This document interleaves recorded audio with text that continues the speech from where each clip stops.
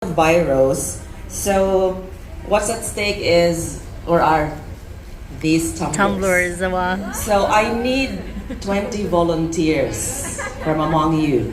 Petrol is correct. Okay. It's in the right place. So for those of you who are planning to go to the UK and you have a Yeah. car and you would like to gas up, It's you don't say, petrol. I'm going to gas up, I'm going to buy petrol.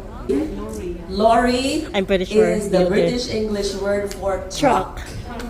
So 2 points for blue team.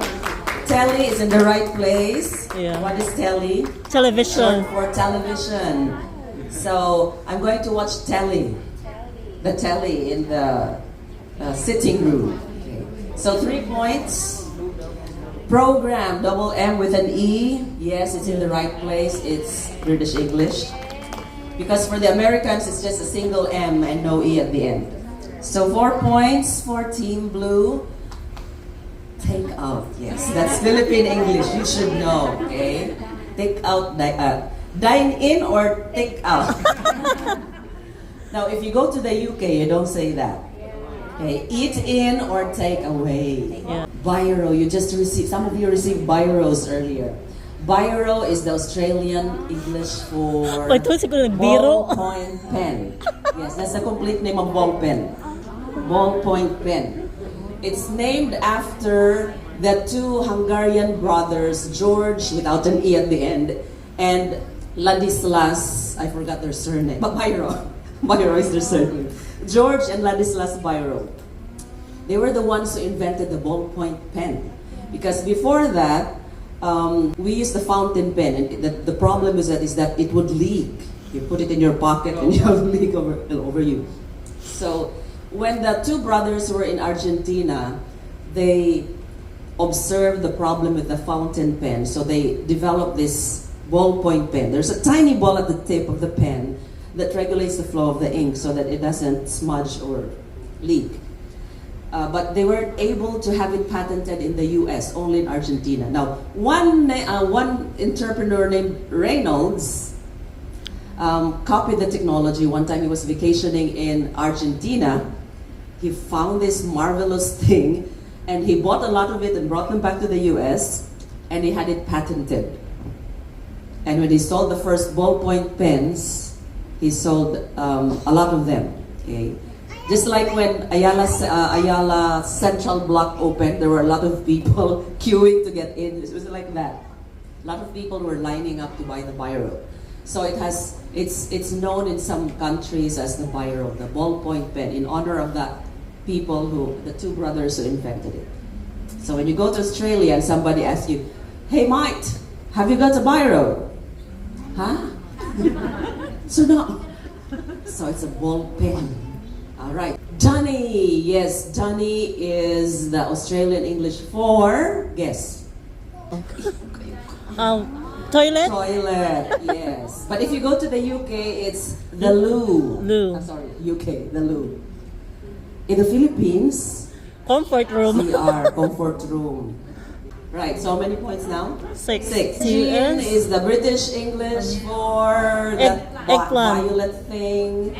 Eggplant. There was an American woman who went to the UK and she went to the market and she said, "I'd like to buy that vegetable. I forgot how it's called here, but it's violet and it starts with an O."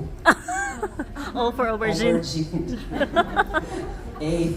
Okay. Eunice, UK. Uni is Australian for, obviously, University. So 7 points? 8? 7. So Team Blue got 7 points. Let's Yay. see, Red Team, you should top it. Okay, Red Team. Wardrobe is the British English for Closet. closet. But in the Philippines, you say cabinet. I used to think wardrobe referred to the clothes that you have, He has an extensive wardrobe. Ang butangan na din nasa sumunod. So 1 point for Red Team. Enroll with a double L belongs here. Because in the UK, it's 1 L. So if ever you wondered, kung sa may saktong spelling, 1 L, double L. Same with travel. Sakto sila duha. Single L, British, double L, American. Color Correct. with a U is British English, correct? 2 points. Whereas for the Americans, it has no U. Okay. Aluminium belongs here.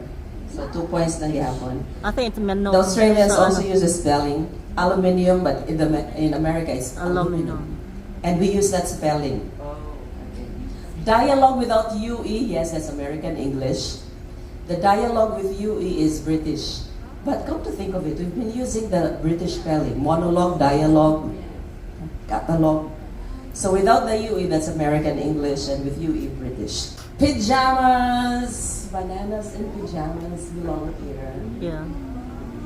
British It's P-A- English. P-A- The Americans N-D- just call it America. pajamas. P-A.